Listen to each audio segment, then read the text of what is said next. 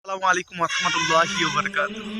যিসকল ইছলামী ভাইয়ে যিসকল মমিন মুছলমানে নামাজ নপঢ়ে আৰু নামাজ নপঢ়ি কেনে নিজে এই কথাটো কয় যে জেহেন চাফ হ'লেই হ'ল, নামাজ নপঢ়িলেও হ'ব।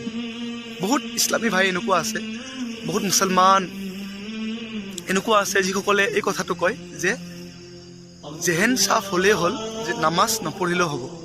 তো সেইসকল যিসকল ইছলামী ভাই এনেকুৱা ধৰণৰ কথা কয় যে জেহেন চাফ হ'লেও হ'ল, নামাজ নপঢ়িলেও হৈ যায়, জেহেন চাফ হ'লে। মই সেইসকল কৈছোঁ, আপোনালোকৰ জেহেন কি মুহাম্মদ ৰাছুলুল্লাহ সাল্লাল্লাহু আলাইহি ওয়াসাল্লামতকৈ বেছি চাফা নেকি? আপোনালোকে মোক উত্তৰ দিব। কমেণ্ট বক্সত আপোনালোকে মোক কমেণ্ট কৰি জনাব।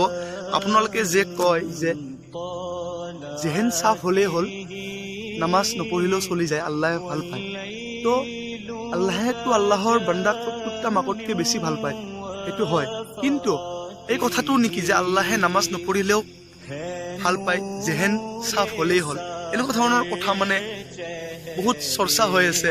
তো সেইকাৰণে মই এই ভিডিঅ'টো বনাইছোঁ। মানে বহুতে কয় মানে যে জেহেন চাফ হ'লেও হ'ল, নামাজ নপঢ়িলেও চলি যায়। তো আপোনালোকে মোক এই কথাটো ক'ব, মুহাম্মদ ৰাছুলুল্লাহ সাল্লাল্লাহু আলাইহি ওয়াসাল্লামতকৈ জেহেন আপোনালোকৰ বেছি চাফা নেকি?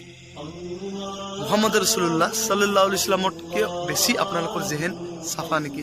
যদি চাফা, আপোনালোকে নামাজ নপঢ়িব, আৰু যদি চাফা নহয়, আপোনালোকে মোক কমেণ্ট কৰিব, আৰু কমেণ্ট কৰি আপোনালোকে মোক এনচাৰ দিব। জাযাকাল্লাহু খাইৰ। আসসালামু আলাইকুম ওয়া ৰাহমাতুল্লাহি ওয়া বাৰাকাতুহু।